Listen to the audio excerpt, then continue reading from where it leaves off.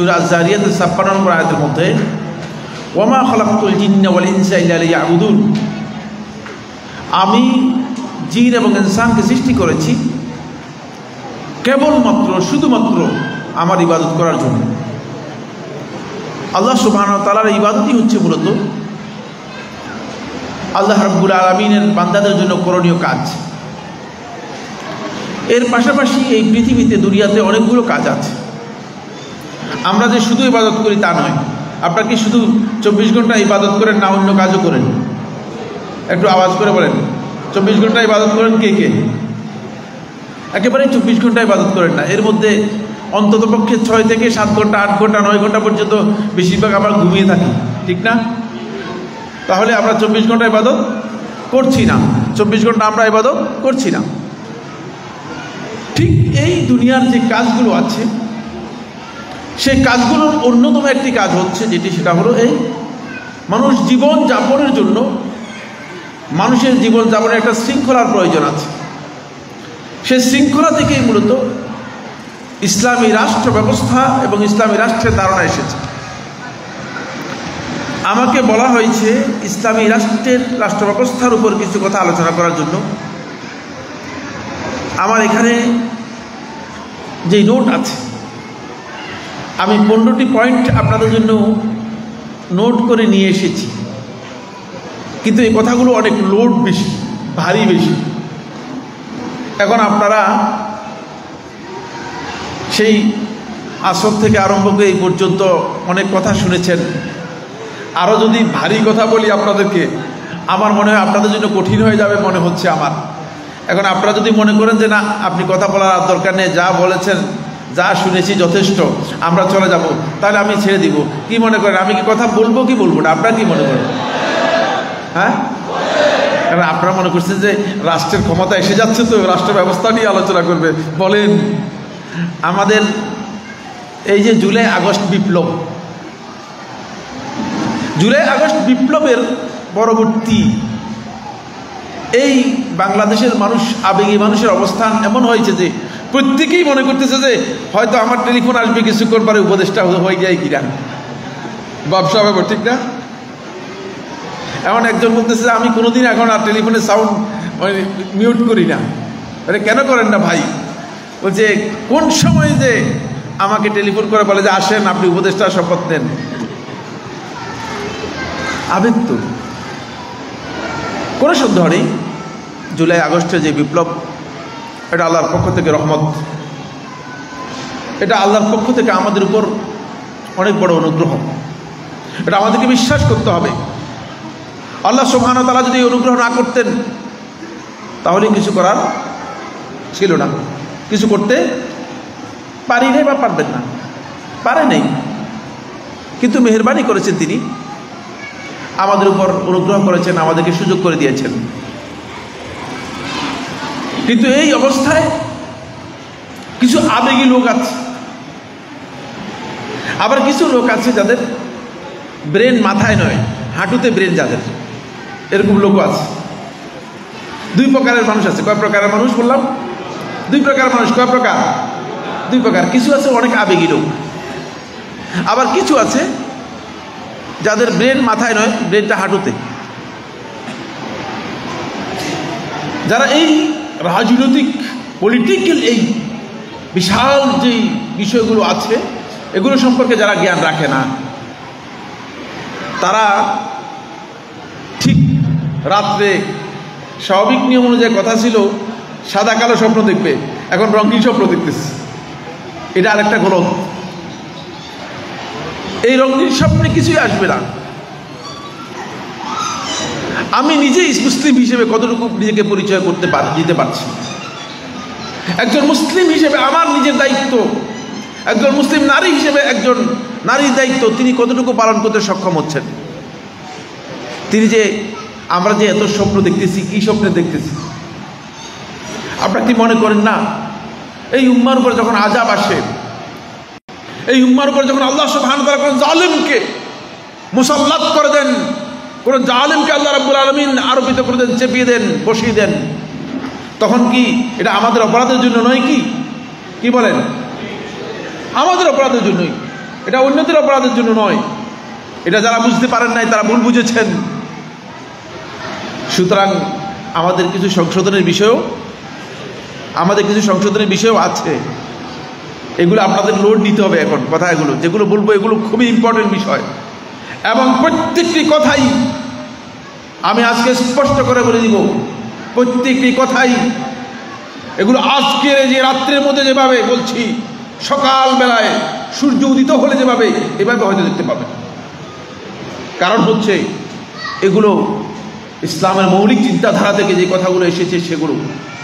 এই জন্য আমার বন্ধুগণ, অসতর্ক ব্যক্তি, অসচেতন ব্যক্তি যারা আসলে জ্ঞানের যে চর্চা করার কথা ছিল সেই জ্ঞানের চর্চা করে না, তারা বেশি আবেগতাড়িত হওয়ার কারণে রাস্তায় বেশিক্ষণ দৌড়াতে পারে না। অল্প কিছু দূর গিয়েই কী হয়ে যায়, তার পথ চলা বন্ধ হয়ে যায়। আমরা যেন এমন না হই, আমাদেরকে সতর্কতা অবলম্বন করতে হবে। আসুন, ইসলামী রাষ্ট্রের মূল পরিচয় কি? প্রথমে ইসলামী রাষ্ট্র কাকে বলে এর আমি যে পরিচয় দিচ্ছি এই পরিচয়টা একটু জেনে নিন। ইসলামী রাষ্ট্রের পরিচয় হচ্ছে একটি কল্যাণমুখী, সেবামূলক, ইসলামী নির্দেশনায় পরিচালিত জাতীয় শৃঙ্খলা ও নিরাপত্তা বিধায়ক প্রতিষ্ঠান। এখানে যে শব্দগুলো বলেছি, 1 নম্বর হচ্ছে ইসলামী রাষ্ট্র হবে কল্যাণমুখী, সেবামূলক। আজকে রাষ্ট্রের থিমের মধ্যে সেবার কোনো নামগন্ধও নেই।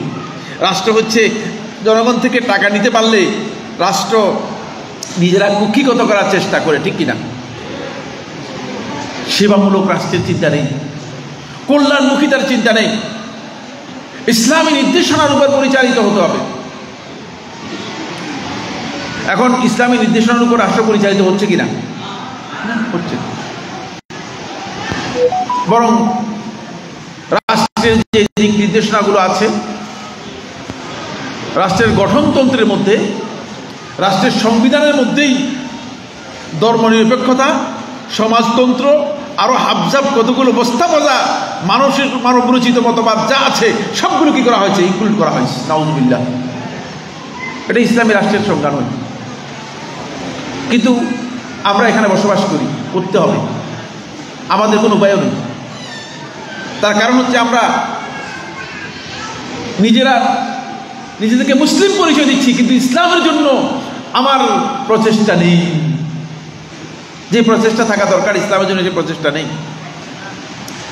এরপর আমি বলেছি এটা জাতীয় শৃঙ্খলা ও নিরাপত্তা বিধায়ক প্রতিষ্ঠান। বন্ধুগণ, মূলত ইসলামী রাষ্ট্রের এই থিমটা নবী সাল্লাল্লাহু আলাইহি ওয়াসাল্লামের ওই যে মদিনার সমাজ ব্যবস্থা, মদিনায় নবী সাল্লাল্লাহু আলাইহি ওয়াসাল্লাম যে সমাজ ব্যবস্থা কায়েম করেছিলেন, সেই মদিনার সমাজ ব্যবস্থার এক্সটেন্ড করা হয়েছে রাষ্ট্র ব্যবস্থাটাকে। পরবর্তীতে আল্লাহ নবী সাল্লাল্লাহু আলাইহি ওয়াসাল্লাম এই মদিনা মক্কা প্রায় পুরা হেজাজের মধ্যেই রাসূলুল্লাহ সাল্লাল্লাহু আলাইহি ওয়াসাল্লাম এমন একটি রাষ্ট্র প্রতিষ্ঠা করেছিলেন যে রাষ্ট্র মানুষের সকল প্রকার মৌলিক অধিকারকে নিশ্চিত করেছে, যে রাষ্ট্র মানুষকে ইসলামী জীবন যাপন করতে সহায়তা করেছে, যে রাষ্ট্র একজন মানুষকে তার ন্যায্য অধিকার ফিরিয়ে দেওয়ার জন্য দায়বদ্ধতা স্বীকার করে নিয়েছে, যে রাষ্ট্র তার মৌলিক ভিত্তি হচ্ছে ইনসাফের উপর, সেই রাষ্ট্র মুহাম্মদ সাল্লাল্লাহু আলাইহি ওয়াসাল্লাম প্রতিষ্ঠা করে গেছেন। পরে তারই উপর ভিত্তি করে মুহাম্মদ সাল্লাল্লাহু আলাইহি ওয়াসাল্লাম পরবর্তী 30 বছর রাসূলুল্লাহ সাল্লাল্লাহু আলাইহি ওয়াসাল্লাম 11 হিজরি সনের 12 রবিউল আউয়াল ইন্তেকাল করেছেন। সেখান থেকে আরম্ভ করে একেবারে আলী ইবনে আবি তালিব রাদিয়াল্লাহু তাআলা আনহু 41 হিজরি সনের 17 রমাদান মারা গিয়েছেন। ওই লম্বা এই 30 বছর ঠিক আল্লাহ রাসূল সাল্লাল্লাহু আলাইহি ওয়াসাল্লাম যে মানহাজে যেভাবে রাষ্ট্র পরিচালনা করেছেন ঠিক সেভাবে রাষ্ট্র পরিচালিত হয়ে আসছে। সেখান থেকে মূলত রাষ্ট্রের এই ধারণা, বিশ্ববাসী কল্যাণমুখী রাষ্ট্রের ধারণা, মানে সেবামূলক রাষ্ট্রের যে ধারণা রয়েছে সেই ধারণা লাভ করেছে। আর এটি কেন প্রয়োজন? 1 নম্বর পয়েন্ট হচ্ছে যে আমরা জানি যে ইসলাম হচ্ছে সর্বযুগের সর্বকালের মানব জাতির জন্য একটি কমপ্লিট জীবন ব্যবস্থা। এখানে আপনি কিভাবে ঘুমাবেন সেটাও আছে, আপনি কিভাবে টয়লেট সারবেন সেটাও আছে, আপনি কিভাবে রাষ্ট্রপ্রধান হবেন, রাষ্ট্র পরিচালনা করবেন সেটাও আছে। এটা অস্বীকার করার সুযোগ নেই। যারা অস্বীকার করবেন তারা আসলে ইসলাম বুঝেন নাই। যেখানে মুহাম্মদ রাসূলুল্লাহ সাল্লাল্লাহু আলাইহি ওয়াসাল্লাম রাষ্ট্রের প্রধান দায়িত্ব পালন করেছেন, অবশ্যই আছে, কিন্তু সেটার পদ্ধতি অবশ্যই আমাদেরকে বিশ্লেষণ করে বের করতে হবে। সেই তরিকা আমাদেরকে জানতে হবে। এই তরিকাগুলো মূল কথার মধ্যে আসবে। দ্বিতীয় নম্বর যে পয়েন্টটি আমাদের বন্ধুগণ, সেটা হচ্ছে এই রাষ্ট্রের, যেহেতু আমরা বলেছি ইসলাম হচ্ছে কমপ্লিট কোড অফ লাইফ, গোটা জীবনের জন্য একটা পরিপূর্ণ জীবন বিধান, জীবন ব্যবস্থা। এই জন্য এরই ভিত্তি করে, এই মূলনীতির উপর ভিত্তি করে ইসলাম মানব জীবনের যত কর্মকাণ্ড আছে এটাকে 2 ভাগে ভাগ করেছে।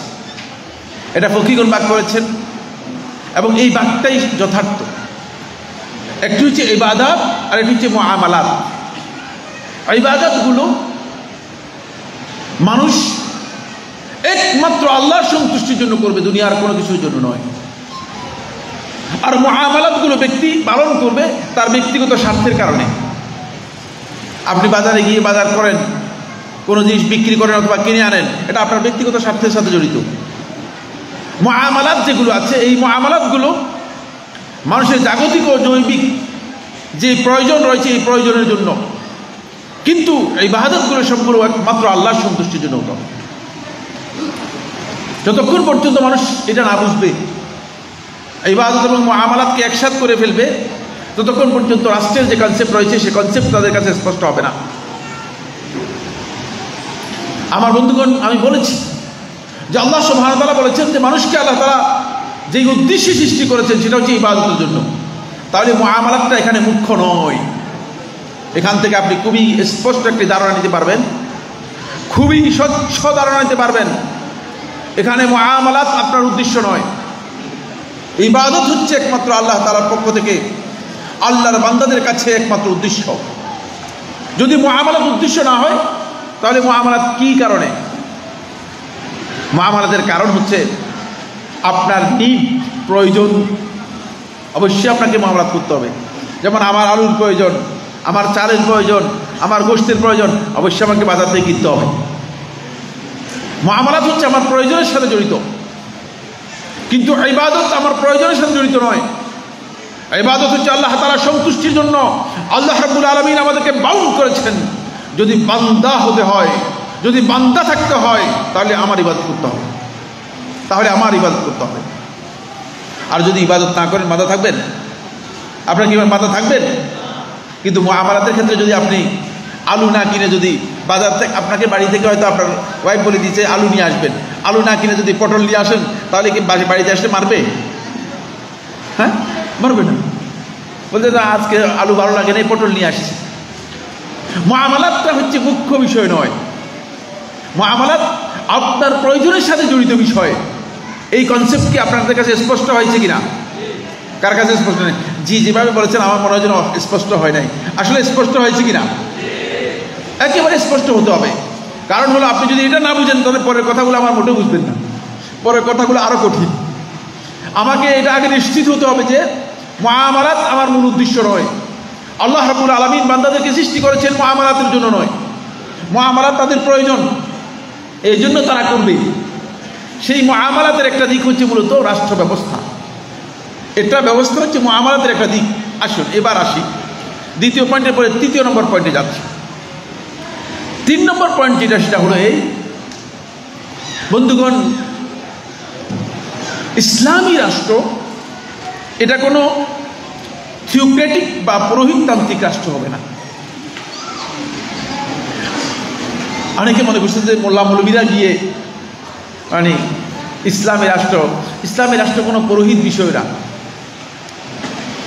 এটা পুরোহিততান্ত্রিক নয়। মোল্লা, পুরোহিত, ইমাম, ধর্মীয় নেতা, তারা আল্লাহর নামে অথবা আল্লাহর খলিফা হয়ে শাসন করার ক্ষমতা বা সুযোগ নেবেন, তাদেরকে দেওয়া হবে, এটি ইসলামী ধারণা নয়, এটা গলত ধারণা।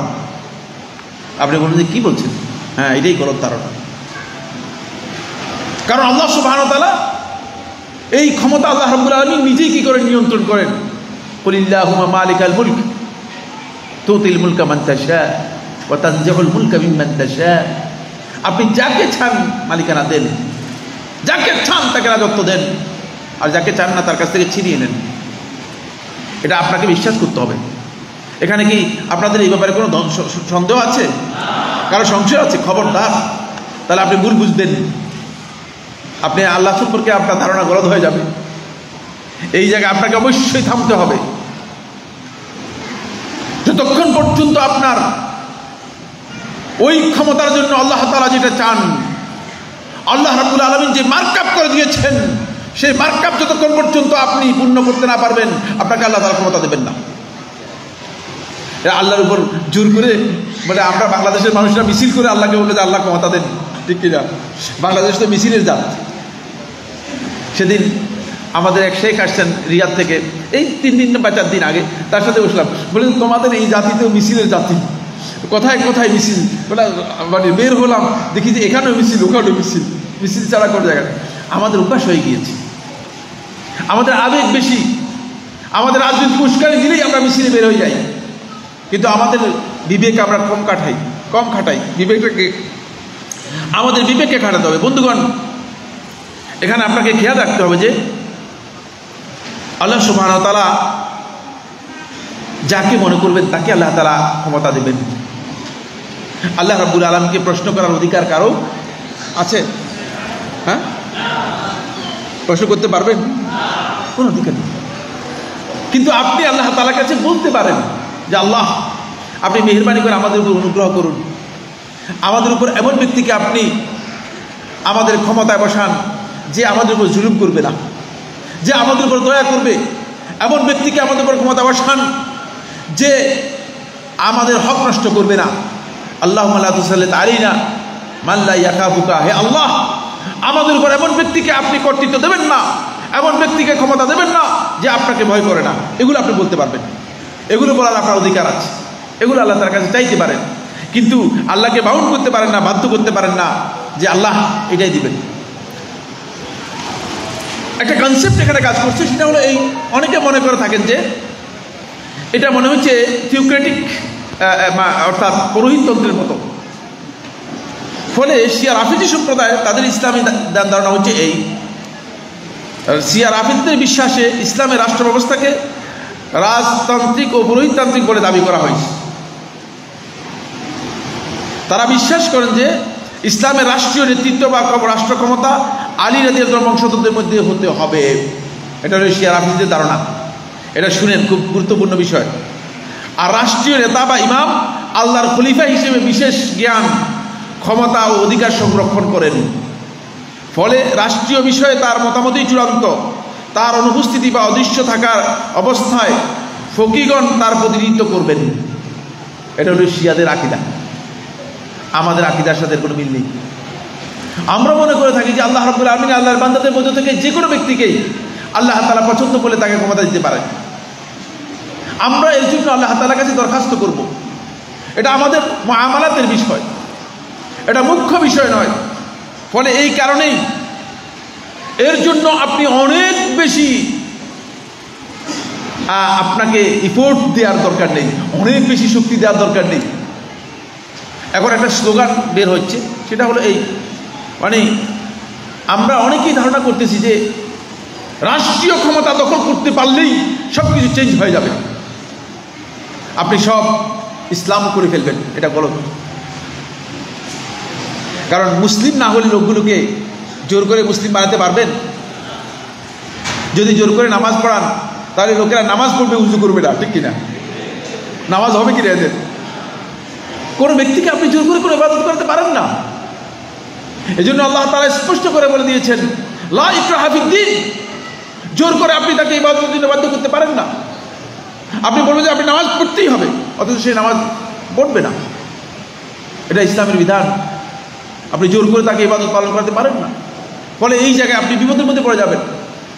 কেউ যদি অন্তর থেকে আল্লাহ তাআলার ইবাদত না করে থাকে, তাকে জোর করে যদি ইবাদত করানো হয় থাকে, তাহলে সেটা ইবাদত হয় না, সেটা জবরদস্তি হয়। এই জন্য আমার বন্ধুগণ, তাদেরকে ইবাদতের জ্ঞানও দিতে হবে। আসুন 4 নম্বর যে পয়েন্টটি নিয়ে কথা বলবো সেটা হচ্ছে, রাসূলুল্লাহ সাল্লাল্লাহু আলাইহি ওয়াসাল্লাম যখন যেই সমাজের মধ্যে এসেছিলেন, সেই সমাজের রাষ্ট্র ব্যবস্থা 3টি মূলনীতির উপর প্রতিষ্ঠিত ছিল। কয়টি বললাম? 3টি মূলনীতির উপর প্রতিষ্ঠিত। এক, খুব ভালো করে খেয়াল করুন, রাষ্ট্র ক্ষমতার উৎস বংশ ও জবরদখল, জোর যার মুল্লুক তার। কোন বংশের আপনি? কুরাইশ বংশের? কোন বংশের আপনি? অমুক বংশের। রাষ্ট্র ক্ষমতার উৎস ছিল এটি। দীর্ঘদিন পর্যন্ত পৃথিবীর ইতিহাস সাক্ষী, দীর্ঘদিন পর্যন্ত বংশীয়ভাবে রাষ্ট্র নিয়ন্ত্রণ করা হতো, দীর্ঘদিন পর্যন্ত জবরদস্তির উপর রাষ্ট্র নিয়ন্ত্রণ করা হতো, জোর করে রাষ্ট্র দখল করে ফেলত, রাষ্ট্র ক্ষমতা জোর করে দখল করে ফেলত। এটা হলো প্রথম পদ্ধতি, প্রথম মূলনীতি ছিল। দ্বিতীয় মূলনীতি হচ্ছে, রাষ্ট্রের মালিকানা ও সার্বভৌমত্ব রাজার, রাজ্যের সকল সম্পদ ও নাগরিক রাজার মালিকানাধীন। রাষ্ট্রের সম্পদ যা আছে সবই রাজা, মানে আমরা যারা নাগরিক আছি আমরাও কি রাজার মালিকানাধীন। এটা রাসূল সাল্লাল্লাহু আলাইহি ওয়াসাল্লাম যখন ক্ষমতা আসছেন, মানে দেশে মানে আসছেন, আগমন ঘটেছেন, তখন এই পদ্ধতি ছিল। খুব ভালো করে খেয়াল করুন, মানে তিনি সকল জবাবদিহিতার ঊর্ধ্বে। রাষ্ট্র ক্ষমতায় যিনি থাকবেন তাকে কেউ প্রশ্ন করতে পারবে না, প্রশ্ন করলে কল্লা শেষ, একেবারে সাথে শেষ করে দেবে। রাষ্ট্রের সম্পদ ও নাগরিকদের বিষয়ে তিনি ইচ্ছামতো সিদ্ধান্ত গ্রহণের ক্ষমতা রাখেন, তার সিদ্ধান্তই হচ্ছে আইন। এটা ছিল আল্লাহ নবী সাল্লাল্লাহু আলাইহি ওয়াসাল্লাম যখন ক্ষমতা আসেন, তখন রাষ্ট্রের দ্বিতীয় মূলনীতি, রাষ্ট্রের তৃতীয় মূলনীতি। রাসূলুল্লাহ সাল্লাল্লাহু আলাইহি ওয়াসাল্লাম যখন ক্ষমতা আসেন, রাষ্ট্রের তৃতীয় মূলনীতি, সেই তৃতীয় মূলনীতি ছিল রাজা ঈশ্বরের প্রতিনিধি বা প্রতিভু। নাউজুবিল্লাহ। এটা আমাদের দেশে দীর্ঘদিন পর্যন্ত খুতবার মধ্যে আমরা শুনতাম, আর সুলতান উযিল্লুল্লাহ মানে আহানা সুলতান আল্লাহি আহানাহুল্লাহ, খুতবার মধ্যে পড়ানো হতো। দেখেন, ওই সেখান থেকে এনেছে শিয়াদের তৈরি করা আকীদা, যে রাষ্ট্র ক্ষমতা যিনি আছেন তিনি হচ্ছেন আল্লাহর প্রতিভু। নাউজুবিল্লাহ মিন যালিক। এগুলো সব গলত ধারণা। আর সেগুলো তখনকার সময় আল্লাহ রাসূল সাল্লাল্লাহু আলাইহি ওয়াসাল্লাম যখন আগমন করেছেন, রাষ্ট্র ব্যবস্থা এর উপর ভিত্তি ছিল। যাদের কাছে ক্ষমতা ছিল তারা কারো কাছে জবাবদিহি করতো না, তারা আইনের অনেক ঊর্ধ্বে ছিল। কিন্তু রাসূলুল্লাহ সাল্লাল্লাহু আলাইহি ওয়াসাল্লাম যখন ক্ষমতা নিলেন, ইসলামী রাষ্ট্র যখন প্রতিষ্ঠিত হলো, ইসলামী রাষ্ট্র প্রতিষ্ঠিত হওয়ার পর ইসলামী রাষ্ট্রের জন্য মুহাম্মদ রাসূলুল্লাহ সাল্লাল্লাহু আলাইহি ওয়াসাল্লাম 3টি মূলনীতি দিলেন। এক নম্বর বিষয় হচ্ছে, রাষ্ট্র ক্ষমতার উৎস হচ্ছে মূলত রাষ্ট্রের জনগণ যারা আছে তারা। কারণ জনগণের মাধ্যমেই, জনগণ যাকে পরামর্শ দেবে তিনিই কি করবেন, ক্ষমতা রাখবেন, তিনিই ক্ষমতা থাকবেন। কোন ব্যক্তির জন্য জায়েজ নেই, রাসূলুল্লাহ সাল্লাল্লাহু আলাইহি ওয়াসাল্লাম হারাম করে গেছেন, আইয়া উম্মা কাওমান ওয়া হুম লাহু কারিহুন, যে তারা কোন একটা গোষ্ঠীর, কোন একটা জাতির ইমামতি করবে, অথচ জনগণ তাকে পছন্দ করে না।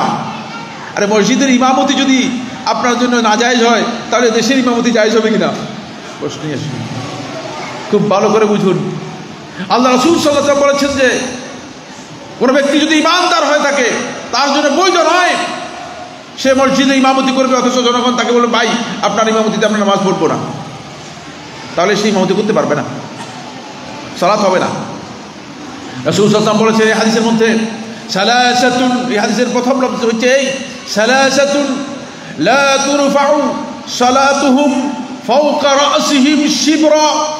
3 দল লোক রয়েছে এমন, যাদের মাথার উপর এক বিগত পরিমাণ তাদের সালাত উপরে উঠবে না, অর্থাৎ কবুল মোটেও হবে না। তাদের মধ্যে ওই ব্যক্তি, যে ব্যক্তি জোরপূর্বক কোনো কওমের, জোরপূর্বক কোনো জাতির, জোরপূর্বক কোনো গোষ্ঠীর, কোনো জনশক্তির অথবা কোনো পপুলেশনের নেতৃত্ব গ্রহণ করে থাকে, এটা ইসলাম বৈধ করে। আল্লাহ নবী সাল্লাল্লাহু আলাইহি ওয়াসাল্লাম এটাকে নিষেধ করে গেছেন। এখানে আপনি ইমামতিও করতে পারবেন না, মসজিদের ইমামতি জায়েজ নেই, দেশের ইমামতিতে প্রশ্নই আসে না। 2 নম্বর, রাষ্ট্রের যে সম্পদ রয়েছে, এই সম্পদ হচ্ছে বাইতুল মালিল মুসলিমিন, মুসলমানদের সকলের সম্পদ। এটার নাম দিয়েছে রাসূলুল্লাহ সাল্লাল্লাহু আলাইহি ওয়াসাল্লাম বাইতুল মালিল মুসলিমিন, মুসলমানদের সম্পদ, মুসলমানদের সবার অধিকার এখানে আছে। এটার মালিকানা আপনার ব্যক্তি মালিকানা নয়। আপনি ক্ষমতায় আসছেন, আপনার মন মতো যা খুশি তা ব্যবহার করে ফেলবেন, যা খুশি তা খরচ করে ফেলবেন, যা খুশি তা নিয়ে যাবেন। ইসলাম এটাকে অনুমোদন দেয় না। ইসলামী রাষ্ট্রের মধ্যে এটি বৈধ নয়। তবে এখানে একটি প্রশ্ন আসবে, সেই প্রশ্নটি খুবই গুরুত্বপূর্ণ, ইম্পর্টেন্ট। সেটা হচ্ছে এই, এখানে মালিকানা বলতে মানুষের স্বাভাবিক মালিকানাকে বোঝানো হচ্ছে। সার্বভৌমত্ব যেটাকে বলা হয় তাকে সুভারেন্টি যেটাকে বলা হয় তাকে সার্বভৌমত্ব একমাত্র আল্লাহ তাআলার। কারণ এই পৃথিবীর যত জিনিস আছে সব কিছুর মালিক কে? সব কিছুর মালিক। এটা আমাদের বিশ্বাস করতে হবে। এটা ইসলামী রাষ্ট্রের মূলনীতির মধ্যে অন্যতম একটি মূলনীতি। সেটা হচ্ছে এই যে এই পৃথিবীর যত কিছু আছে সব কিছুর মালিক কে? আল্লাহ তাআলা। সুভারেন্টি, সার্বভৌমত্ব কার? আল্লাহ তাআলা। এরপরে মানুষ মালিক হবে বস্তুর মালিকানা। যেমন আপনি আপনার ঘরের মালিক না, তা আপনি কি বলবেন আমি ঘরের মালিক নই? হ্যাঁ, না, আপনি মালিক। কিন্তু মালিক যতটুকু আপনাকে মালিকানা দিয়েছে ততটুকু মালিক, সেই মালিকানা অবশ্যই আপনাকে স্বীকার করতে হবে। তৃতীয় যে মূলনীতি রাসূলুল্লাহ সাল্লাল্লাহু আলাইহি ওয়াসাল্লাম দিয়ে গেছেন সেটা হলো এই, শাসকের কোনো অভ্রান্ততা বা পবিত্রতা নেই। যিনি শাসক হবেন, যিনি রাষ্ট্রপ্রধান হবেন, তিনি পূত পবিত্র হবেন, তিনি আল্লাহর প্রতিভূ হবেন, এটা নেই। কারণ শাসকের ভুল হতে পারে, শাসক তার কোনো ভুল হয়ে যেতে পারে, গলত হতে পারে। সুতরাং শাসকের জন্য এই কাদাসত, পুরোহিতদের জন্য যেমন কাদাসত সাব্যস্ত করেছে পাদ্রী যারা আছে তাদের জন্য, খ্রিস্টানরা, শিয়ারা তাদের ইমামদের জন্য কাদাসত সাব্যস্ত করেছে। তারা বলেছে যে তাদের ইমামরা মাসুম, একেবারেই নিষ্পাপ, নাউযুবিল্লাহি মিন যালিক। এইভাবে রাষ্ট্রপ্রধান যিনি হবেন তার জন্য এটা সাব্যস্ত হবে না। কারণ রাষ্ট্রপ্রধানের ভুল হতে পারে, তার ত্রুটি বিচ্যুতি হতেই পারে। এই তিনটি মূলনীতির উপর মূলত ইসলামী রাষ্ট্র প্রতিষ্ঠিত হবে। এবং আপনাকে এখানে খেয়াল রাখতে হবে যে ইসলামী রাষ্ট্রে যিনি প্রধান হবেন তিনি নিষ্কলুষ হওয়ার কোনো সুযোগ নেই। হতে পারে যে তিনি ভুল করতে পারেন। আসেন, এরপরে যে পয়েন্টটি আমি আলোচনা করব সেটা হচ্ছে, একটি গলত ধারণা আমাদের মধ্যে প্রচলিত আছে। সেটা হলো ইসলামের যে শাসক মানে এরা হচ্ছে আল্লাহর খলিফা। এই যে বক্তব্য, এই বক্তব্য মোটেও শুদ্ধ নয়। মানুষ আল্লাহ রাব্বুল আলামিনের পক্ষ থেকে নিযুক্ত, দায়িত্বপ্রাপ্ত। খলিফা বলতে আল্লাহ তাআলা তাদেরকে খলিফা হিসেবে কি করেছেন? সৃষ্টি করেছেন। কিন্তু মানুষ আল্লাহর খলিফা মানে আল্লাহ তাআলার স্থলাভিষিক্ত হয়েছেন, এই ধারণা ইসলামী ধারণা নয়, এটা নিষিদ্ধ। হাফেজ ইমাম আবু ইয়ালা আল মৌসুলী রাহিমাহুল্লাহ তাআলা আল আহকামুস সুলতানিয়াতে বিষয়ে বিস্তারিত আলোচনা করেছেন। শেখুল ইসলাম ইবনে তাইমিয়া রাহমাতুল্লাহ আলাইহি তার আসিয়াসা শরিয়ার মধ্যে বিষয়ে বিস্তারিত আলোচনা করেছেন। বিশুদ্ধ বক্তব্য হচ্ছে মানুষ আল্লাহর পক্ষ থেকে নিয়োগপ্রাপ্ত, মনোনীত, আল্লাহর পক্ষ থেকে দায়িত্বপ্রাপ্ত। আমরা আল্লাহর পক্ষ থেকে বিভিন্ন দায়িত্ব আল্লাহ তাআলা আমাদেরকে দিয়েছেন, কিন্তু আল্লাহর স্থলাভিষিক্ত হয়েছে নাউযুবিল্লাহ, অথবা আল্লাহর প্রতিনিধি হয়েছে, অথবা আল্লাহর খলিফা, এই কথাগুলো শুদ্ধ নয়। এগুলো আমাদের সমাজে ব্যাপকভাবে প্রচলন, এবং দেখা যাচ্ছে যে অনেক মানুষই মনে করছেন যে আপনি যদি বলেন যে রাষ্ট্র পরিচালনার জন্য আপনি আল্লাহর খলিফা হয়ে গিয়েছেন, এটা গলত। আল্লাহ রাব্বুল আলামিন আপনাকে দায়িত্ব দিয়েছেন, আল্লাহ সুবহানাহু ওয়া তাআলা ভালো মনে করেছেন, দায়িত্ব দিয়েছেন। এরপরে আমার বন্ধুগণ, একটি বিষয় আমাদেরকে জানতে হবে যে ইসলামী রাষ্ট্র ব্যবস্থায় আলেম ওলামা যারা ছিলেন তারা কখনো ধর্মের নামে রাষ্ট্রীয় ক্ষমতা দখল করেন নাই। ইসলামের ইতিহাস পড়ে দেখুন। আমি আপনাদেরকে বলে গেলাম, আজকে আমি বলেছি যে শেষ সময় আমি আসছি কিছু ভারী কথা বলবো, অনেক লোড বেশি। আলেম ওলামারা কখনো ধর্মের নামে, ইসলামের নাম দিয়ে ক্ষমতা দখল করেন নাই। তারা কোরআন এবং হাদিসের মূলনীতি মানুষের কাছে ব্যাখ্যা করেছেন, কোরআন হাদিসের প্রচার করেছেন, তারা দাওয়াতি কাজ করেছেন, দ্বীনের মেসেজগুলো মানুষদের কাছে দিয়েছেন। সেক্ষেত্রে তারা স্বাধীনভাবে মানুষের কাছে আল্লাহ এবং তার রাসূলের যে বক্তব্য আছে সেগুলো পৌঁছিয়েছেন। যারা এদের ব্যাখ্যাগুলো গ্রহণ করেছে, শাসকরা এই ব্যাখ্যা গ্রহণ করেছে, কেউ কেউ তারা সেই অনুযায়ী পরিচালিত হয়েছেন। আর যারা ব্যাখ্যা গ্রহণ করেন নাই, তারা ক্ষতিগ্রস্ত হয়েছেন, তাদেরকে নসিহত করা হয়েছে। হয়তো কেউ নসিহত গ্রহণ করেছেন, কেউ নসিহত গ্রহণ করেন নাই। ইসলামের ইতিহাস সাক্ষী, এভাবেই ইসলামের ইতিহাসে এটি হয়েছে। এরপরে যে মূলনীতি সেটা হচ্ছে রাসূলুল্লাহ সাল্লাল্লাহু আলাইহি ওয়াসাল্লাম সর্বপ্রথম পৃথিবীর ইতিহাসে পরামর্শভিত্তিক প্রতিনিধিত্বমূলক একটি রাষ্ট্র ব্যবস্থা চালু করেছেন, যেখানে আল্লাহ তাআলা কোরআনের মধ্যে বলেছেন ওয়া আমরুহুম শুরা বাইনাহুম, তাদের বিষয়গুলো, তাদের রাষ্ট্রীয় বিষয়গুলো, তাদের গুরুত্বপূর্ণ বিষয়গুলো আপনি তাদের সাথে পরামর্শ করবেন। পরামর্শ করবেন কেন? ওহী নাযিল হচ্ছে যার কাছে। ওয়া শাওয়িরহুম ফিল আমর, তাদেরকে তাদের মৌলিক বিষয়ে আপনি পরামর্শ করুন। রাসূলুল্লাহ সাল্লাল্লাহু আলাইহি ওয়াসাল্লামের কাছে ওহী নাযিল হচ্ছে, অথচ আল্লাহ রাব্বুল আলামিন বলছেন হে আল্লাহ রাসূল আপনি পরামর্শ করুন। দেখেন, তার কারণ হচ্ছে কিয়ামত পর্যন্ত উম্মত যেন শিক্ষা নিতে পারে, মানুষ যেন পরামর্শ থেকে এবং মানুষকে প্রতিনিধিত্ব থেকে যেন মানুষ বঞ্চিত না করে। এই জন্য ইসলামী রাষ্ট্রে এটি খুবই গুরুত্বপূর্ণ বিষয়। এরপরের যে পয়েন্টটি 9 নম্বর পয়েন্ট হচ্ছে, প্রত্যেকটি রাষ্ট্রের মূল দায়িত্ব হচ্ছে নাগরিকদের বৈষম্যহীন অধিকার ও আইনের শাসন প্রতিষ্ঠা করা। ইসলামী রাষ্ট্রে এটা বৈশিষ্ট্য, নাগরিককে বৈষম্যহীন অধিকার এবং আইনের শাসন প্রতিষ্ঠা করতে হবে। দুর্ভাগ্যের বিষয়, আমাদের দেশগুলো, বিশেষ করে তৃতীয় বিশ্বের দেশগুলো, এখানে আইনও প্রয়োগ করা যায় না, আর বৈষম্য কি করা যায় না, দূর করা যায় না। এর একটিমাত্র কারণ হচ্ছে যেহেতু সরকার নিজেও কখনো কখনো নিজেকে পরিচালনা করেন না। এটা আপনারা যারা সরকারে গিয়েছেন, সরকারে কে কে গিয়েছেন, একজনও জানতে আমিও চাই না, সুতরাং আমরা বলতে পারবো না। কিন্তু যারা সরকারে গিয়েছে তাদের সাথে আমাদের কথাবার্তা যখন হয়েছে তখন বলেছে যে আমরা পারি না, আমরা পারছি না। আমাদের সাথে কয়েকজনের সাথে যাদের সাথে কথা হয়েছে বলতে আমরা পারছি না। তার কারণ হচ্ছে আপনি মোড়লের উপর মোড়ল আছে, মোড়লের উপর কি আছে? আপনি তো ইউনিয়নের মোড়ল, কিন্তু উপজেলার মোড়ল তো নয়, বুঝতে পেরেছেন? এখন উপজেলার মোড়লের উপর কি আছে? জেলার মোড়ল আছে। জেলার মোড়লের উপর কি আছে? দেশের মোড়ল আছে। দেশের মোড়লের উপর আন্তর্জাতিক মোড়ল রয়েছে। ফলে বিষয়গুলো যত সহজ করে বলা যায়, যত সহজ করে অঙ্ক কষা যায়, কিন্তু সহজ করে বাস্তবায়ন করা যায় না। যায় কি না? এটা সহজ নয়। আপনারা হয়তো মনে করছেন যে মাশাআল্লাহ এখন অনেকের কাছে দিব্যি তিনি দিবা আলোকের মতো লাল নীল স্বপ্ন দেখতেছেন, মনে হয় যেন এই করে ফেলবেন সেই করে ফেলবেন। মাশাআল্লাহ প্রতিদিন রাজনৈতিক দলগুলো মিটিং মিছিল ইত্যাদি করতেছেন, কিন্তু আদৌ কি হচ্ছে, কোথায় কি হবে, এটা আল্লাহ তাআলাই সবচেয়ে কি জানেন ভালো। ওয়া মাকারু মাকরান, তারা ষড়যন্ত্র করেছে, আল্লাহ তাআলা তাদের ষড়যন্ত্র সম্পর্কে জানেন। আল্লাহ রাব্বুল আলামিন সবচেয়ে উত্তম পরিকল্পনাকারী, ঠিক কিনা? পরিকল্পনা কে করেন? আল্লাহ তাআলা করবেন। উত্তম পরিকল্পনা আল্লাহ রাব্বুল আলামিন করবেন।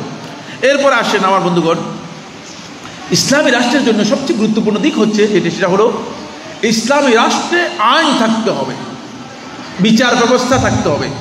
আলহামদুলিল্লাহ, ইসলাম এই দিক থেকে সবচেয়ে শ্রেষ্ঠ একটি দিন, যেখানে মানবতাকে সকল প্রকার বৈষম্য থেকে, সকল প্রকার অন্যায় থেকে বাঁচানোর জন্য একটা সুন্দর আইন দেওয়া আছে, দিবালোকের মতো আইন দেওয়া আছে। কোরআনের আইন রাসূলুল্লাহ সাল্লাল্লাহু আলাইহি ওয়াসাল্লাম দিয়ে গেছেন, সেই আইন আমাদের কাছে আছে। আজকে সেই আইন প্রয়োগ না করার কারণে মুসলিমরা সবচেয়ে বেশি ক্ষতিগ্রস্ত।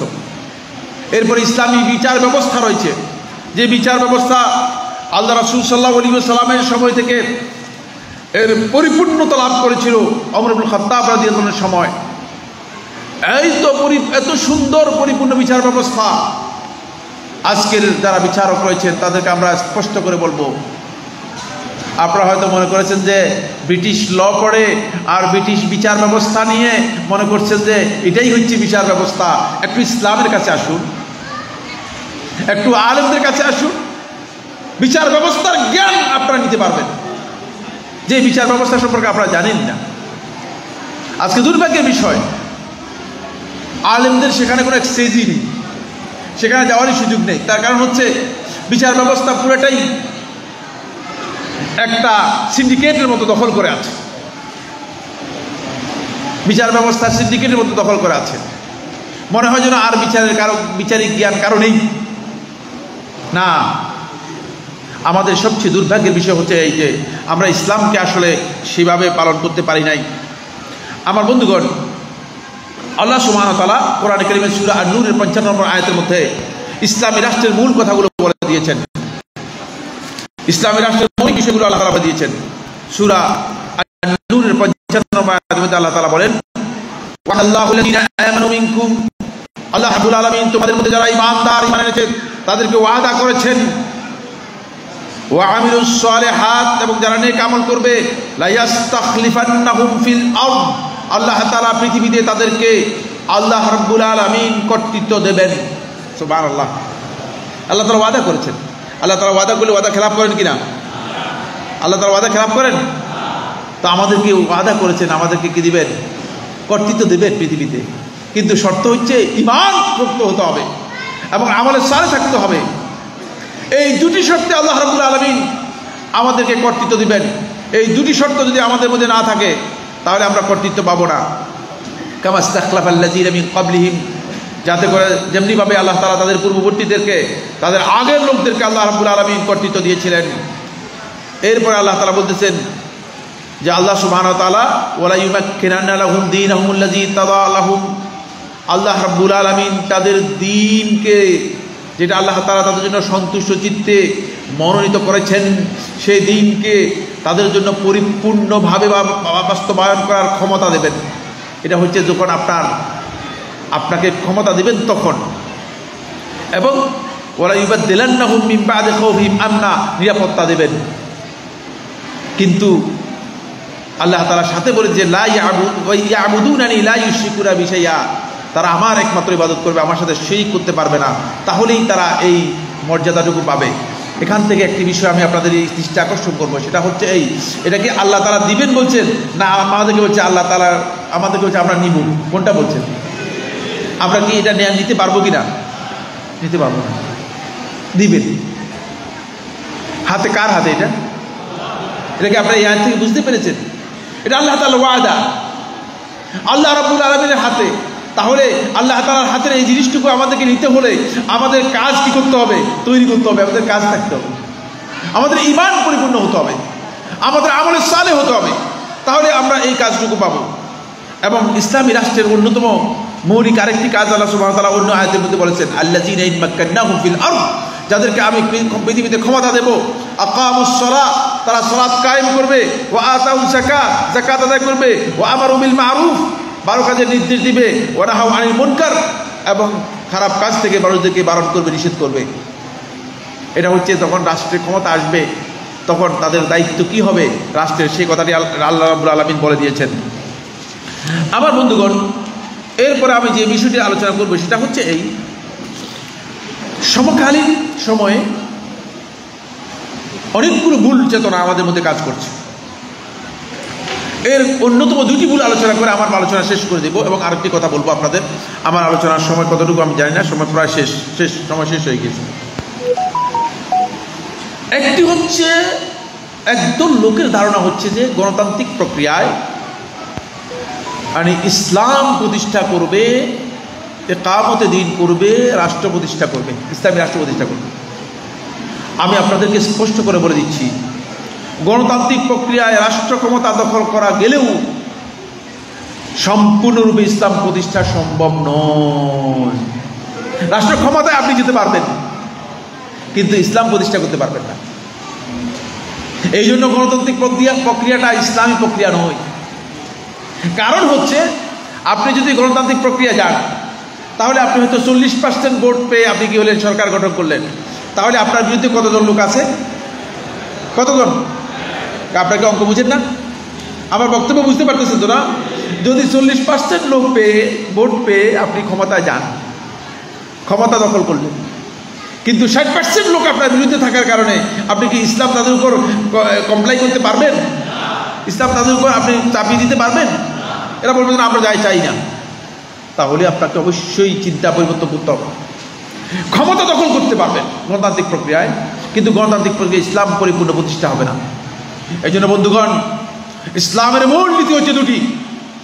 এক নম্বর হচ্ছে আপনি দাওয়াতি কাজ করবেন, মানুষদেরকে ইসলামের দিকে দাওয়াতের কাজ করবেন, ইসলামের বক্তব্যগুলো মানুষের কাছে পৌঁছাতে হবে। দ্বিতীয় নম্বর কাজ হচ্ছে আল্লাহ রাব্বুল আলামিনের তাওহীদকে প্রতিষ্ঠা করা, শিরককে পরিপূর্ণরূপে মূলোৎপাটন করা।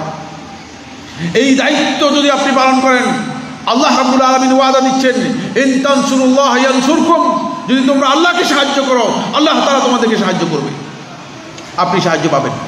দুর্ভাগ্যের বিষয় হচ্ছে যে আমরা মৌলিক কাজ বাদ দিয়ে এখন আমরা বেশিরভাগ মিছিলে সময় দিচ্ছি, ঠিক কিনা? এখন যদি আজকে আপনাদেরকে বলা হয় এখানে মিছিল আছে, অমুক টমুক আসবে, দেখতে যে লোক ভরপুর হয়ে যেত, কিন্তু এখানে আজকে লোকের সংখ্যা ভরপুর না হওয়ার কারণ একটাই, সেটা হচ্ছে এই বলছে যে এখানে যারা আসবে তারা এমন ইম্পর্টেন্ট কিছু না। আমরা ইসলামটাকে ধারণ করতে পারি নাই। আমাদের দুর্ভাগ্যের বিষয়, মানুষ ইসলামটাকে ধারণ করতে পারে নাই। আমরাও মানুষের কাছে ইসলামের যে মেসেজ রয়েছে, ইসলামের যে বার্তা রয়েছে, যেভাবে পৌঁছানোর কথা ছিল সেভাবে পৌঁছাতে পারি নাই, ফলে এই অবস্থা তৈরি হয়েছে। আমার বন্ধুগণ, যদি আপনি সত্যিকার ইসলাম প্রতিষ্ঠা করতে চান, তাহলে দিবারাত্রি আজকে থেকে আপনাকে পরিশ্রম করতে হবে, দাওয়াতি কাজ করতে হবে, মানুষের কাছে ইসলাম পৌঁছাতে হবে, মানুষ ইসলাম চাইতে হবে। মক্কার যারা ছিল, মক্কার ওই মুশরিকরা আল্লাহ রাসূল সাল্লাল্লাহু আলাইহি ওয়াসাল্লামকে চায় নাই, ইসলামও চায় নাই। মক্কায় ইসলাম প্রতিষ্ঠা হয়েছে? মক্কায় কত বছর ছিলেন রাসূল সাল্লাল্লাহু আলাইহি ওয়াসাল্লাম? 13 বছর ছিলেন। 13 বছর হয় নাই, সেটা রাসূলুল্লাহ সাল্লাল্লাহু আলাইহি ওয়াসাল্লাম মদিনায় আসার 2 বছরের মাথায় একেবারে ইসলাম প্রতিষ্ঠা হয়ে গেছে। দেখছেন? কারণ ওই লোকগুলো চেয়েছে, রাসূলুল্লাহ সাল্লাল্লাহু আলাইহি ওয়াসাল্লাম যাদেরকে প্রেরণ করেছিলেন তারা দাওয়াতি কাজ করেছেন। আবু সালামা রাদিয়াল্লাহু আনহু দাওয়াতে একেবারে পরিপূর্ণরূপে নিজেকে লিপ্ত রেখেছিলেন। মুসাব ইবনে উমাইর রাদিয়াল্লাহু আনহু দাওয়াতে লিপ্ত ছিলেন। আল্লাহ রাসূল সাল্লাল্লাহু আলাইহি ওয়াসাল্লামের হাতে বায়াতুস সানিয়া, দ্বিতীয় বায়াতে যারা হাতে হাত দিয়ে বায়াত করেছিলেন, তারা সবাই ঘরে ঘরে ঘরে গিয়ে ইসলামের দাওয়াত পৌঁছিয়েছেন। ফলে ইসলামের দাওয়াত যখন পৌঁছানো হয়েছে, মানুষগুলো যখন ইসলামকে বুঝতে পেরেছে, ইসলামের সৌন্দর্য বুঝতে পেরেছে, ইসলাম যে মানবতার কল্যাণের জন্য মানুষদেরকে ডাকে, এই মেসেজগুলো যখন তাদের কাছে পৌঁছেছে, তখন তারা বলেছে যে হ্যাঁ, আমরা চাই ইসলাম। এমনকি উপস্থিত ইহুদি যারা ছিল, 3টা ইহুদি দল ছিল। কয়টা? 3টা ইহুদি দল ছিল, বনু নাজির, বনু কাইনুকা, বনু কুরাইদা। এই ইহুদি দল পর্যন্ত রাজি হয়েছে, বলছে না, আমরা ইসলামের অধীনে থাকবো। দেখেন, তাদের কাছে মেসেজ বুঝাতে পেরেছে, যেহেতু আল্লাহ রাসূল সাল্লাল্লাহু আলাইহি ওয়াসাল্লাম সেই মেসেজ দিয়েছেন। কিন্তু আজকে আমরা মানুষের কাছে পৌঁছতে পারি নাই, মানুষের কাছে দাওয়াত দিতে পারি নাই, বরং আমরা উল্টা দিক থেকে, আমরা উপর দিক থেকে আমরা ট্রিটমেন্ট চালাচ্ছি। নিয়ম হচ্ছে গাছে যদি পানি কি মাথা থেকে উঠতে দেন, নিচে দেন, আমরা গাছের উপর থেকে পানি দেওয়ার জন্য চেষ্টা করতেছি, উল্টা কাজ করতেছি। বন্ধুগণ, নিজেদের সংশোধনে আসতে হবে। দ্বিতীয় নম্বর যে বিষয়টি সেটা বলবো সমকালীন সময় সবচেয়ে গলত একটি কনসেপ্ট ইসলামী রাষ্ট্রের সাথে যুক্ত হয়ে আছে, সেটা হলো অনেকে মুসলিম রাষ্ট্র আর ইসলামী রাষ্ট্র দুটাকে আলাদা করে দেখতেছেন। এটা গলত, এটা কিন্তু ব্যক্তিগত গবেষণা, গলত গবেষণা। এই গবেষণা কোনো নেই। 1400 বছরের ইতিহাস আপনি যখন দেখবেন, তখন আপনি দেখবেন যে অবশ্যই ইসলামী রাষ্ট্র যেগুলো ছিল কম বেশি ত্রুটি বিচ্যুতি থাকবেই। একেবারেই মানে আপনি যেটা চাচ্ছেন সেটা আপনি আপনার ঘরেও করতে পারবেন। আপনাকে আওয়াজ করে বলবেন পারবেন। আপনার সন্তানকে আপনি ঠিক করতে পারতেছেন না, আপনি আপনার স্ত্রীকে ঠিক করতে পারতেছেন না। আপনার স্ত্রীকে যখন নেকাব করার কথা বলেন, আপনার স্ত্রী আপনাকে দেখবেন যে তুমি মিয়া, তুমি কে, আমারে কি করতেছো, আমি একজন স্বাধীন মানুষ, আমাকে কিসের মধ্যে ঢুকাচ্ছ? আপনি আপনার ঘরকে পর্যন্ত সামলাতে পারতেছেন না, আর আপনি বলতেছেন যে আপনি পুরো মানে দেশের সমস্ত মানুষকে আপনার কথার অধীনে নিয়ে আসবেন। এটা সহজ বিষয় না, এগুলো জানতে হবে। এই জন্য আমার বন্ধুগণ, আমাদেরকে এই বিষয়গুলো বিবেচনায় নেই, তারপরে খেয়াল রাখতে হবে যেটা, সেটা হলো এই, এখন আরেকটা স্লোগান খুব শোনা যায়, এই স্লোগান আপনারা বেশি দেন। আপনারা রাস্তায় গিয়ে মানুষের গাড়ি পুড়ে ফেলেন আর বলে যে জিহাদ করে আসলাম, ঠিক কিনা? হ্যাঁ, আমি জিহাদের বিপক্ষে নয়, জিহাদের পক্ষের লোক। জিহাদ করেন, কিন্তু জিহাদ বুঝতে হবে। জিহাদ বুঝে জিহাদ করেন, না বুঝে যদি জিহাদ করে থাকেন তাহলে আপনি গলত জিহাদ করেছেন। আপনি একজন মানুষের গাড়ি পুড়ে ফেলেছেন, একটা জ্বলন্ত গাড়িতে আপনি একটা পেট্রোল বোমা মেরে দিয়ে মানুষদেরকে হত্যা করে ফেলেছেন, আর আপনি মনে করতেছেন আপনি জিহাদ করেছেন। আপনি কি আসলে জিহাদ করেছেন? কি জিহাদ করেছেন আপনি? কাদের সাথে জিহাদ করেছেন? কে আপনাকে জিহাদ করতে বলেছে? বন্ধুগণ, এই বিভ্রাটের মধ্যে থাকার কারণে আজকে উম্মাহ আসলে ইসলামের প্রকৃত কনসেপ্ট তাদের কাছে নেই। ফলে তারা মনে করছে যে আমাদের গুরু দায়িত্ব হচ্ছে ইসলামী রাষ্ট্র প্রতিষ্ঠা করা। না, গুরু দায়িত্ব হচ্ছে আপনার আগে তাওহীদ প্রতিষ্ঠা করবেন নিজের মধ্যে, জনগণের মধ্যে, সমাজের মধ্যে, তারপরে দাওয়াতি কাজ করবেন ইসলামের সৌন্দর্যের। মানুষ ইসলাম চাইবে, তাহলে আল্লাহ রাব্বুল আলামিন আপনাকে কি করবেন? রাষ্ট্র আল্লাহ তাআলা উপহার হিসেবে দেবেন, আল্লাহর পক্ষ থেকে গিফট পেয়ে যাবেন রাষ্ট্র, ইসলামী রাষ্ট্র। আপনি জানেন মুহাম্মদ সাল্লাল্লাহু আলাইহি ওয়াসাল্লাম মক্কায় 13 বছর পর্যন্ত শুধুমাত্র তাওহীদের দাওয়াতি কাজ করেছেন। আর কোনো দাওয়াতি কাজ করেছেন কিনা? এমনকি ইবাদত পর্যন্ত ফরজ করা হয় নাই। শুধুমাত্র 13 বছর মুহাম্মদ সাল্লাল্লাহু আলাইহি ওয়াসাল্লাম তাওহীদের দাওয়াতি কাজ করেছেন। আর যখন এই তাওহীদ পরিপূর্ণরূপে মানুষের কাছে প্রতিষ্ঠিত হয়েছে, তাওহীদের জ্ঞান মানুষ অর্জন করতে পেরেছে, ইসলাম সম্পর্কে বুঝতে পেরেছে, ইসলামের সৌন্দর্যের জ্ঞান মানুষ বুঝতে পেরেছে, মানুষগুলো বলছে আমরা ইসলাম চাই। এবং আল্লাহ তাআলা গিফট দিয়ে দিয়েছেন।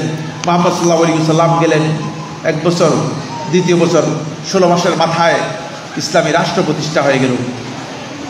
গিফট এসে গেল। এই গিফট এভাবে আসবে, কিন্তু আপনি ইসলামী রাষ্ট্র প্রতিষ্ঠান যেই কথা মানুষদেরকে বলছেন, সেটা যদি আপনি বলেন যে ইসলামী রাষ্ট্র প্রতিষ্ঠা করতেই হবে, এটাই আমার দায়িত্ব, তাহলে আপনি যদি প্রতিষ্ঠা না করতে পারেন তাহলে আপনি কি করলেন? এটা আমার দায়িত্ব নয়, এটা ইবাদত নয়, এটা মুআমালাতের বিষয়। ইসলাম এটাকে মুখ্য বিষয় হিসেবে দেখেনি। হ্যাঁ, রাষ্ট্র হলে অবশ্যই ইসলাম উপকৃত হবে, মুসলমানরা উপকৃত হবে, মুসলমানদের স্বার্থ নিশ্চিত করা হবে, এবং মুসলমান নয় অমুসলিমরাও সেখানে তারা আদল, ইনসাফ, জাস্টিস পাবে, কোনো সন্দেহ নেই। আমার বন্ধুগণ, তাই আসুন আমরা ইসলামী রাষ্ট্র ব্যবস্থায় মৌলিক যে মূলনীতিগুলো, কিছু মূলনীতি আপনাদের সামনে শেয়ার করলাম। আমরা এই কনসেপ্ট যেন আমাদের মধ্যে কাজ না করে। অনেকের মধ্যে এই ধারণা কাজ করছে যে সালাফি আলেম যারা আছেন, যারা সালাফি দাওয়াতি মিশনে কাজ করছেন, তারা ইসলামী রাষ্ট্রের বিরোধী। নাউজুবিল্লাহ বলেন, আওয়াজ করে বলেন নাউজুবিল্লাহ। আমি আজকের এই মজলিস থেকে স্পষ্ট করে বলে দিতে চাই, যারা সালাফি দাওয়াতের কাজ করে থাকে তারা ইসলামী রাষ্ট্রের বিরোধী নয়, ইসলামী রাষ্ট্রের বিরোধী নয়। তারাও চায় ইসলামী রাষ্ট্র হোক, কিন্তু ইসলামী রাষ্ট্র হতে হলে যেই পদ্ধতিতে ইসলাম চায় সেই পদ্ধতি ছাড়া অন্য কোনো পদ্ধতিতে হতে পারবে কিনা? হ্যাঁ, আদৌ কি সম্ভব? না, অন্য কোনো অবস্থায় সম্ভব নয়। আপনি যখন গণতান্ত্রিক পদ্ধতিতে যাবেন, তখন গণতন্ত্রের মধ্যে যে সমস্ত ইসলাম বিদ্বেষী, ইসলাম বিরোধী বক্তব্য আছে, সেগুলো আপনি কি মেনে নিয়ে যাবেন নাকি সেগুলো বাদ দিয়ে যাবেন? অবশ্যই আপনাকে সেগুলো বাদ দিতে হবে, সেগুলো অবশ্যই আপনাকে কি করতে হবে? বাতিল করতে হবে। সুতরাং আপনাকে প্রথম পদ্ধতি জানতে হবে। এই পদ্ধতি নিতে হবে আপনাকে মুহাম্মদ রাসূলুল্লাহ সাল্লাল্লাহু আলাইহি ওয়াসাল্লামের দাওয়াতি মিশন থেকে। এই পদ্ধতি নিতে হবে আপনাকে সাহাবায়ে কেরামদের দাওয়াতি মিশন থেকে। এই পদ্ধতি আপনাকে নিতে হবে রাসূলুল্লাহ সাল্লাল্লাহু আলাইহি ওয়াসাল্লামের রেখে যাওয়া যে সুন্নাহ রয়েছে, আলাইকুম বিসুন্নতি ওয়া সুন্নাতিল খুলাফায়ে রাশিদিন আল মাহদিয়িন তামাসসাকু বিহা ওয়া আদু আলাইহা বিন নওয়াজিজ। রাসূল সাল্লাল্লাহু আলাইহি ওয়াসাল্লাম যেভাবে বলেছেন যে আমার সুন্নাত এবং আমার খুলাফা রাশিদিনের যে সুন্নাত রয়েছে, সেই সুন্নাতকে আঁকড়ে ধরো, তাহলে তোমরা পথভ্রষ্ট হবে না। সেই জায়গায় যেতে হবে, তাহলে আপনি দেখবেন যে বিভ্রান্তির পর। কিন্তু আপনি যদি কিছু গণতন্ত্র, কিছু রাজতন্ত্র, কিছু সমাজতন্ত্র, কিছু স্বৈরতন্ত্র, কিছু মনগড়াতন্ত্র, কিছু যাজকতন্ত্র সব মিলিয়ে যদি আপনি চান যে ইসলাম করবেন, ইসলাম পালন করতে পারবেন? ইসলাম পালন করতে পারবেন না। আমার মনে হয় আমি আর কথা বলবো না। আমার সামনে একটি আপনাদের কাছে একটা আমার আবেদন আছে, সেই আবেদনটা কি শুনবেন আপনারা? আমি কি আবেদনটা করতে পারি? আমার বন্ধুগণ, আপনারা জানেন যে আইসিডিএফ দীর্ঘদিন থেকে এখানে একটা মসজিদ কমপ্লেক্স করার চিন্তা আইসিডিএফ করে যাচ্ছে, কিন্তু আল্লাহ তাআলা কবুল না করলে হবে না, এটা আমি জানি। আমরা আল্লাহ তাআলার কাছে কান্নাকাটি করে চাই আল্লাহ তাআলা যেন আইসিডিএফের এই যে আকাঙ্ক্ষা, এই যে ইচ্ছা, এটা যেন আল্লাহ তাআলা কবুল করেন। বলুন আমিন। আপনারা দোয়া করবেন যেন আইসিডিএফ কমপ্লেক্স যেটা রয়েছে, মানে মসজিদ মাদ্রাসা কমপ্লেক্স যেন দ্রুত আমরা করতে পারি। আল্লাহ তাআলা আমাদেরকে তৌফিক দান করুন, বলুন আমিন। আপনাদের কি এই ধরনের কমপ্লেক্স হওয়ার দরকার আছে মনে করেন কি না? এই ধরনের কমপ্লেক্স হওয়ার দরকার রয়েছে বন্ধুগণ। এখানে প্রোগ্রাম না করে যদি আমরা কমপ্লেক্সে প্রোগ্রাম করতাম তাহলে আপনারা খুব দিব্যি সুন্দর আরামে প্রোগ্রাম শুনতে পারতেন, কিন্তু সেটা আজকে সম্ভব হয় নাই যেহেতু আমাদের কাছে কোনো কমপ্লেক্স নাই। এই জন্য মসজিদ প্রজেক্টের জন্য আমরা অলরেডি ঘোষণা দিয়ে দিয়েছি। আপনারা এই মসজিদ নির্মাণের জন্য প্রত্যেকে আল্লাহ রাব্বুল আলামিনকে সাক্ষী রেখে আমি সবার কাছে আবদার করে যাচ্ছি, আল্লাহ তাআলাকে সাক্ষী রেখে আপনার সামর্থ্য অনুযায়ী সর্বোচ্চ দান যেটা সেটা দিক করবেন কিনা ইনশাআল্লাহ। আল্লাহ রাব্বুল আলামিনকে সাক্ষী রেখে করবেন যে আমি যতটুকু পারি ততটুকু দান করব, এই দান করে যাবেন। এবং আপনারা এই যেন কমপ্লেক্সটা হয়, এখানে যেন